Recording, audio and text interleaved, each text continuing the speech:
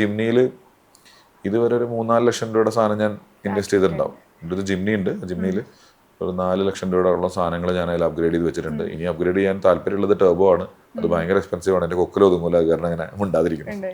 ഈ മോഡിഫൈ ചെയ്ത് ഇപ്പൊ പൊതുവെ ഇവിടെ സമ്മതിക്കാറില്ലല്ലോ, അതിൽ മാറ്റം വേണമെന്ന് ആഗ്രഹിക്കാറുണ്ട്. ഒരു അങ്ങനെയല്ല, അതെന്ത് സംഭവം എന്ന് വെച്ചാൽ കുറേ ആൾക്കാർ ഫാൻസി മോഡിഫിക്കേഷൻ ചെയ്ത് ബാക്കിയുള്ള ആൾക്കാരെ ഭയങ്കരമായിട്ട് ശല്യം ചെയ്യും. ശരിക്കും ഗവൺമെന്റ് അങ്ങനെ റെഗുലേഷൻ വരുത്തണം.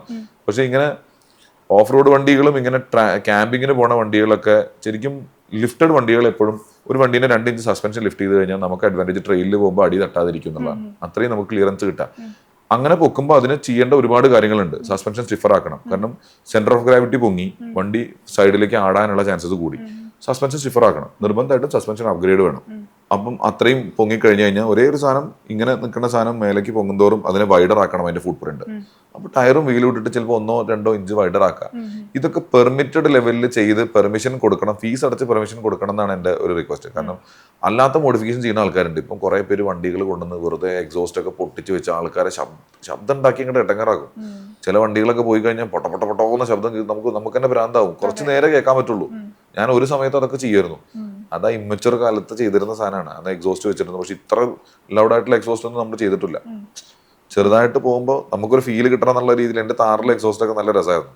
ത്രോട്ടിൽ കൊടുത്ത ഹോന്ന് വണ്ടി ഇങ്ങനെ ശബ്ദം ഉണ്ടാകും. അതൊക്കെ ചെയ്തിട്ടുണ്ടായിരുന്നു. പക്ഷെ ഒരു പരിധി വിട്ട ആൾക്കാരെ ബുദ്ധിമുട്ടിക്കാനുള്ള സാധനങ്ങളൊന്നും ഞാൻ ചെയ്തിട്ടില്ല. ഡ്രൈവിംഗ് നന്നായി ഇപ്പൊ റോഡിൽ പല ആളുകളും ഡ്രൈവ് ചെയ്യുന്നുണ്ടല്ലോ. അപ്പൊ നമ്മൾ നന്നായിട്ട് ഡ്രൈവ് ചെയ്താൽ ഓപ്പോസിറ്റ് നിൽക്കുന്ന ആള് നന്നായിട്ട് ഡ്രൈവ് ചെയ്യില്ല എന്ന് പറയാറുണ്ട്. ഈ ഡ്രൈവിംഗ് ഇപ്പൊ എല്ലാവരും നന്നായിട്ട് തന്നെയാണ് ചെയ്യുന്നത്. അങ്ങനെ പറയാൻ പറ്റില്ല. ഇപ്പൊ എത്ര നല്ല ഡ്രൈവറാന്ന് പറഞ്ഞാലും എനിക്കിങ്ങനെ തോന്നലുണ്ട് എനിക്ക് നന്നായിട്ട് ഡ്രൈവിംഗ് അറിയാം. പക്ഷെ ചില സിറ്റുവേഷനിൽ പണ്ട് ഞാൻ ഉറക്കം പിടിച്ചു വെച്ചിട്ട് ഞാൻ PGക്ക് പഠിക്കുന്ന സമയത്ത് ഇവിടുന്ന് മംഗലാപുരത്തേക്ക് പോകും. കാർ എടുത്ത് മംഗലാപുരം പോകും. എൻ്റെ വീട്ടിൽ നിന്ന് മംഗലാപുരം, അവിടുന്ന് എൻ്റെ വൈഫ് ഹൗസ് കോതമംഗലാണ്. അവൾ അവിടെ പഠിച്ചുകൊണ്ടിരിക്കുന്നു. അങ്ങോട്ട് പോകും. ഇങ്ങനെ ഷട്ടിൽ അടിക്കുമായിരുന്നു ഈ ട്രയാങ്കിൾ. കോതമംഗലം, പെരിന്തൽമണ്ണ, മംഗലാപുരം ഇങ്ങനെ അടിക്കുമായിരുന്നു എല്ലാ വീക്കെൻഡും. അന്ന് എനിക്ക് രാത്രി നിർത്താതെ ഓടിക്കാൻ എനിക്കൊരു മടിയിലായിരുന്നു. നേരം വിളിക്കുമ്പോൾ 4 മണിക്കൊക്കെ ഞാൻ കോളേജിലെത്താം. എന്നിട്ട് പിന്നെ ക്ലാസ്സിലേക്കും പോകും. അങ്ങനെ ഞാൻ ചെയ്തിട്ടുണ്ടായിരുന്നു. ഇപ്പം എനിക്കത് പറ്റണില്ല. അതായത് പ്രായമാകും തോറും നമ്മൾ കോംപ്രമൈസ്ഡ് ആവുന്നു പല കാര്യങ്ങളിലും. അപ്പോൾ ഞാൻ എത്ര എക്സ്പേർട്ട് ഡ്രൈവറാന്ന് പറഞ്ഞാലും ഉറക്കാൻ വന്നാൽ ഞാനും തീർന്നില്ലേ. ഒന്ന് കണ്ണടച്ച് കഴിഞ്ഞാൽ ക്ഷീണിച്ച് വണ്ടി ഓടിക്കുന്നത് ഒരു കോംപ്രമൈസാണ്. പിന്നെ ടെൻഷൻസ് തലയിൽ വെച്ച് ഓടിക്കുന്നത് ഒരു കോംപ്രമൈസാണ്. നമുക്ക് കോൺസെൻട്രേറ്റ് ചെയ്യാൻ പറ്റില്ല. അപ്പോൾ എത്ര നല്ല ഡ്രൈവറാണെങ്കിലും ഒരു മൈന്യൂട്ട് പാളിച്ചാൽ മതി. കാരണം നമ്മുടെ കൈവിട്ടാണ് ഈ സാധനം പോകുന്നത്. ഒരു 60-70 കിലോമീറ്റർ സ്പീഡ് പോകാന്ന് പറഞ്ഞാൽ തന്നെ മനുഷ്യനെ എളുപ്പം കൺട്രോൾ ചെയ്യാൻ പറ്റുന്ന സാധനമല്ല. അപ്പോൾ അതിൽ ചിലപ്പോൾ വല്ല ശ്രദ്ധയും തെറ്റുന്ന ഫോണായിരിക്കാം, അല്ലെങ്കിൽ ബാക്കിൽ വരുന്ന ഒരു വണ്ടിയായിരിക്കാം, എതിരെ വരുന്നവൻ്റെ ലൈറ്റ് ആയിരിക്കാം. ഞാൻ മാക്സിമം ഓടിക്കുമ്പോഴൊക്കെ കോൺസെൻട്രേറ്റഡ് ഓടിക്കാറുണ്ട്. എന്നാലും മിസ്റ്റേക്കുകൾ പറ്റാറുണ്ട്. എൻ്റെ അടുത്തും തട്ടും. ചിലപ്പോൾ റോഡ് റേജ് പോലെയൊക്കെ ചില സമയത്തൊക്കെ സംഭവിക്കും. അതൊക്കെ ഭയങ്കര മിസ്റ്റേക്കാണ്. പിന്നെ നമുക്ക് തന്നെ ടെൻഷനാവും.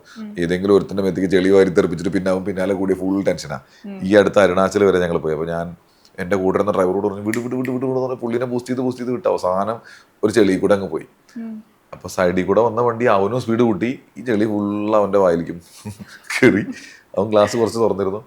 പിന്നെ ഞങ്ങൾക്ക് ടെൻഷനായി, ഇവൻ ഞങ്ങളെ പിടിക്കാൻ വരുവാണോ എന്ന്. അപ്പോൾ കുറേ കഴിഞ്ഞപ്പം അയാൾ നിർത്തി. ഞങ്ങൾ കർണാടക വണ്ടിയും കൊണ്ടാണ് പോണത്, അരുണാചലിൽ വെച്ചാ. അപ്പോൾ അയാളൊരു ഡോക്ടർ, ഞങ്ങൾ ബാംഗ്ലൂരാന്ന് പറഞ്ഞപ്പോൾ അയാൾ ഞാൻ അവിടെയാണ് MBBS പഠിച്ചെന്ന് പറഞ്ഞ് പിന്നെ അയാൾ സംസാരിക്കുന്നതാ. അയാൾ തല്ലാതെ ഞങ്ങളെ വിട്ടു. സാധാരണ അവിടുത്തെ ആൾക്കാരെ ശീലം എന്ന് പറഞ്ഞാൽ ചിലപ്പോൾ തല്ല അല്ലെങ്കിൽ വെടിവെപ്പൊക്കെ ആയിരിക്കും. അത് ഞങ്ങൾ ഒഴിവാക്കി വിട്ടു. പക്ഷെ അങ്ങനെയൊക്കെ നമ്മൾ ഈ സ്പീഡ് കൊണ്ടും റോഡ് റേഞ്ച് കൊണ്ടും പറ്റുന്ന സാധനങ്ങളാണ് ഇതൊക്കെ. പണി കിട്ടും.